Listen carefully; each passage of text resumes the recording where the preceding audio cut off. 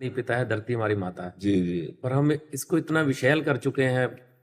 मैं तो पंजाब से आया हूँ। जी जी वो हमारी तो पंजाब की धरती पे बड़ा अच्छा था, पर अब माहौल इतना जहरीला हो गया है। जी। उसके बारे में हम मार्गदर्शन करें।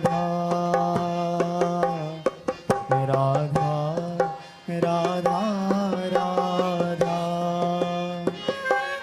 राधा राधा राधा राधा राधा। गुरु नानक साहब ने बोला, पवन गुरु पानी पिता माता तरतम हत। जी पवन गुरु है, जी पानी पिता है, धरती हमारी माता है। जी जी पर हम इसको इतना विषैल कर चुके हैं। मैं तो पंजाब से आया हूँ। जी जी वो हमारी तो पंजाब की धरती पे बड़ा अच्छा था, पर अब माहौल इतना जहरीला हो गया है। जी। इसके बारे में हम मार्गदर्शन करें। नहीं, इसमें क्या है कि हम इतने वासनाओं से युक्त हो गए कि हम प्रकृति को दूषित करने लगे हैं। अपनी वासनाओं के खेल से ही ये सब प्रकृति दूषित हो रही। जहां देखो रुपए के लोभ से वृक्षों को काटा जा रहा है। जो ऑक्सीजन देते हैं, कार्बन ऑक्साइड लेते हैं, वो वृक्ष ही नहीं रहेंगे तो प्रदूषण बढ़ेगा कि नहीं बढ़ेगा। अच्छा, हम जब आपको अभी यहाँ के 26-27 वर्ष पहले कह रहे, वृंदावन में 2-4 गाड़ी दिन में आ जाए तो आ जाए, नहीं यहाँ गाड़ियां नहीं आती थी। अब यहाँ कदम रखने की जगह नहीं रही, इतनी तो गाड़ियां चल रहे हैं कि जब हम यहाँ वृंदावन पहली बार आए थे तो यमुना जल पीते थे कमंडल से।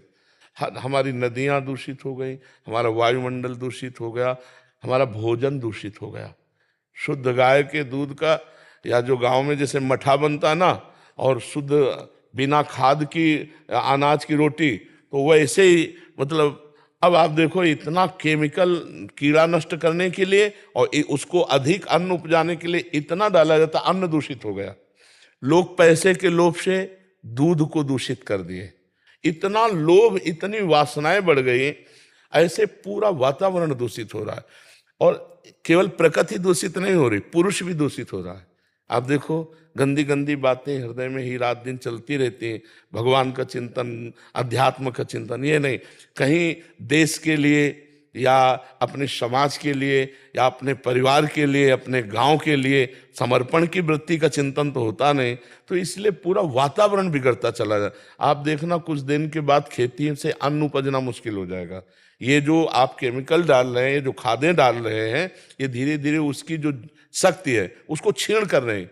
क्योंकि जैसे उपजाऊ भूमि में 15 मन गेहूं होता था, स्वतः गाय का गोबर डालकर ऐसे बनाने, आज 50 मन हो रहा है। तो गेहूं तो बहुत बढ़ रहा है, लेकिन वो शक्तिहीन है। उसमें केमिकल के अन्न का प्रभाव जो है ना, वो उससे दूषित हो गया है और भूमि दूषित होती जा रही। आप खाद डालते रहो, फिर वो खेत जो है जिस दिन अपनी शक्ति खो देगा तो उसमें अन्न उपजाना मुश्किल।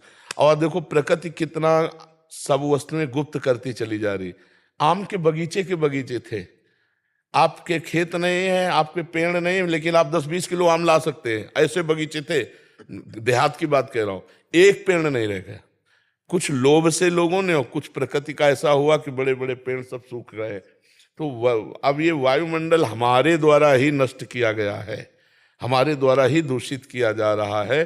अब भगवान बुद्ध सद्बुद्धि दे तो बिना वृक्षों के, आपको हम कह रहे हैं हमारा जीवन अधूरा है।